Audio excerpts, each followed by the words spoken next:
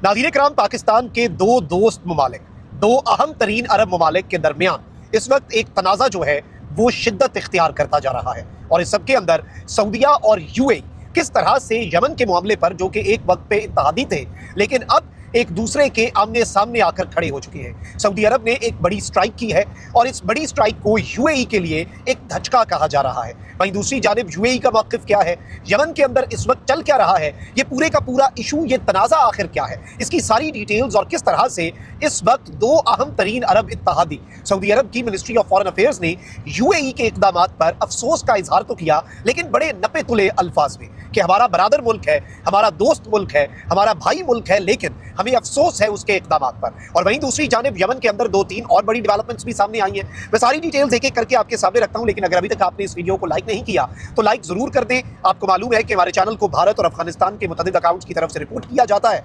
इस रिपोर्टिंग का असर ज़ाहिर इस तरह से होगा कि आप वीडियो को लाइक करें, एक के बजाय ज़्यादा से ज़्यादा कॉमेंट्स करें और हो सके तो इस वीडियो को मुख्तलिफ व्हाट्सएप ग्रुप्स के अंदर भी शेयर करें।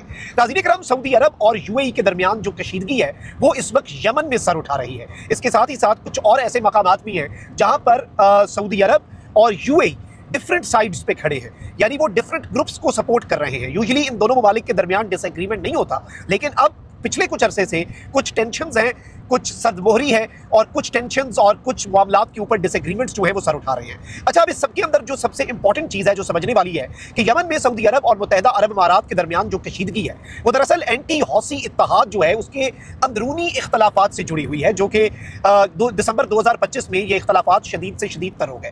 नाज़रीन करम, 2015 से यानी पिछले 10 साल से सऊदी क़यादत जो है उसमें एक इत्तेहाद बना जो कि हौसियों के खिलाफ बरसरे पैकार रहा। और दोनों ममालिक जो हैं, इंटरेस्टिंगली यूएई और सऊदिया, ये एंटी हौसी इत्तेहाद को तो सपोर्ट कर रहे थे, लेकिन मुख्तलिफ फरीकों की इन दोनों ग्रुप्स ने हिमायत जारी रखी। सऊदी अरब जो है वो बैनुल अक़वामी सतह पर तस्लीम शुदा हुकूमत और इससे मुंसलिक फोर्सेज जो है उसकी हिमायत करता है।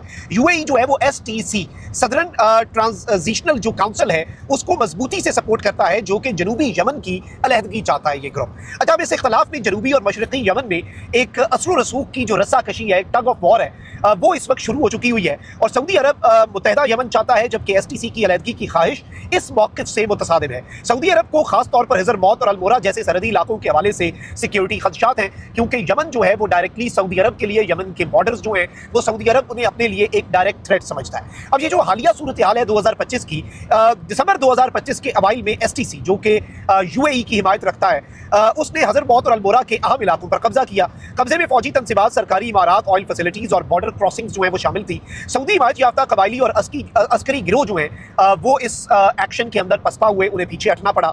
और सऊदी अरब ने एसटीसी से मुतालबा किया कि वो पुरअमन इनखला करे, वरना सऊदी अरब जो है वो फिर फौजी कार्रवाई करेगा। जो एक अलायंस है, एक कोएलिशन है, एक इत्तेहाद है, वो अपनी कार्रवाई बढ़ाएगा। 30 दिसंबर को सऊदी इत्तेहाद ने मकला बंदरगाह में एक महदूद, यानी कि आज के दिन एक महदूद फ़ज़ाई हमला किया है।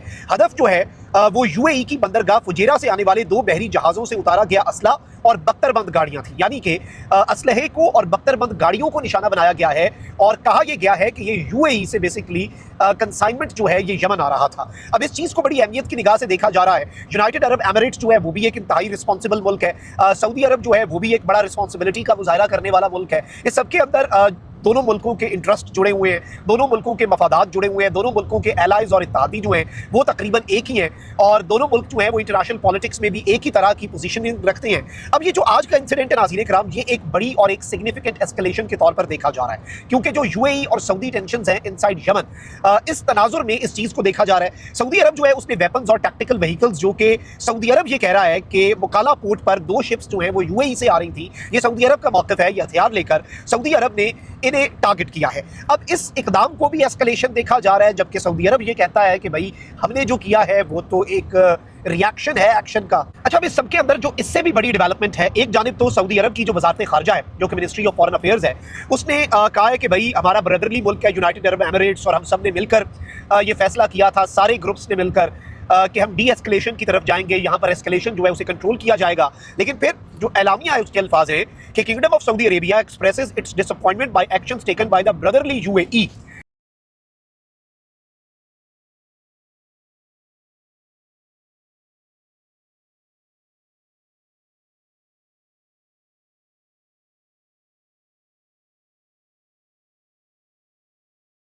Pressuring the STC's forces to conduct military operations on the southern borders of the kingdom. अब ये कहते हैं कि भाई किंगडम जो हमारा है उसके सदर्न बॉर्डर्स के ऊपर जो STC के एक्शंस हैं वो ब्रदरली मुल्क UAE जो है उसकी वजह से हुए हैं। और इस तरह से इसमें किंगडम जो है उसने कहा है कि भाई जो भी थ्रेट होगा हमारे खिलाफ, यानी ये बात जो है ये किंगडम ऑफ सऊदी अरेबिया कह रहा है कि हम हर स्टेप्स लेंगे, हमारी सिक्योरिटी एक रेड लाइन है और हम कन्फ्रंट करेंगे और हर थ्रेट को न्यूट्रलाइज करेंगे, यानी ऑल द थ्रेट्स जो हैं जो कि सऊदी सॉवरेनिटी के लिए होंगे हम उन्हें न्यूट्रलाइज करेंगे। फिर इस सबके अंदर जो इससे भी बड़ी खबर है UAE के लिए वो ये है कि यमन की जो प्रेसिडेंशियल लीडरशिप काउंसिल है PLC, STC मैंने आपको बताया वो UAE के साथ अलाइंड है। ये जो PLC ग्रुप है presidential leadership council, it is aligned with Saudi Arabia. अब ये जो ग्रुप है इसने कैंसलेशन कर दी है of the joint defence agreement with UAE। अब ये बड़ी इंपॉर्टेंट चीज है। इन्होंने क्या कहा है, इन्होंने कहा है कि भाई UAE की अगर कोई फोर्सेस, क्योंकि यमन की अंदर जो रिकग्नाइज्ड गवर्नमेंट है उसका एक मुआहदा था जॉइंट एक टास्क फोर्स के साथ जो कि बनी थी, पाकिस्तान उसका हिस्सा उस टाइम पे नहीं बना था। आपको याद होगा उस टाइम पे जब ये चल रहा था मामला 15 में। तो इस सब के अंदर ये बताया जा रहा है कि UAE की फोर्सेस के साथ डिफेंस एग्रीमेंट जो है वो सऊदी अलाइंड ग्रुप ने क्या किया है, उन्होंने कहा कि ये defence agreement it stands cancelled, it stands null and void, और UAE की फोर्सेस जो है they must leave Yemen within 24 hours, यानी यमन की सरजमीन जो है उसे UAE की फोर्सेस को छोड़ना होगा विद इन 24 आवर्स। 24 घंटे का अल्टीमेटम दे दिया और साथ एक एयर ब्लॉकेट जो है वो यमन के ऊपर लगा दिया है। अब पाकिस्तानियों के कॉन्टेक्स्ट से मैं ये कहूँ तो हमारे तो दोनों बरादर मुल्क है, हमारे तो दोनों दोस्त मुल्क है, हमारे तो दोनों के साथ बहुत अच्छे ताल्लुकात हैं और चीजें जो हैं वो बातचीत के जरिए हल होनी चाहिए। टेंशंस और एस्केलेशंस जो हैं वो कोई हल नहीं होता। एस्केलेशन कंट्रोल जो है इसका ऑप्शन हमेशा आपके पास रहता है और होना भी चाहिए। और आई पर्सनली थिंक ये जो सिनेरियो है इस सबके अंदर सऊदी अरब और यमन जो है और UAE और जितने स्टेक होल्डर्स हैं, चाहे वो PLC है या STC है जो सदर्न ट्रांजिशनल काउंसिल है या प्रेसिडेंशियल लीडरशिप काउंसिल है, इन सब स्टेक होल्डर्स को एक एक स्टेप अगर पीछे भी हटना पड़े तो आई थिंक इसमें कोई बड़ा छोटा नहीं हो जाता और मामला को अफाम तफहीम से हल करना चाहिए। But this is what it is. इस वक्त जो है वो टेंशन कम होती हुई या एस्केलेशन जो है कम से कम वो हमें कम होती हुई अनफॉर्चुनेट बात है, लेकिन नजर नहीं आ रही। अपना बहुत ख्याल रखिए। अल्लाह निगहबान। पाकिस्तान जिंदाबाद।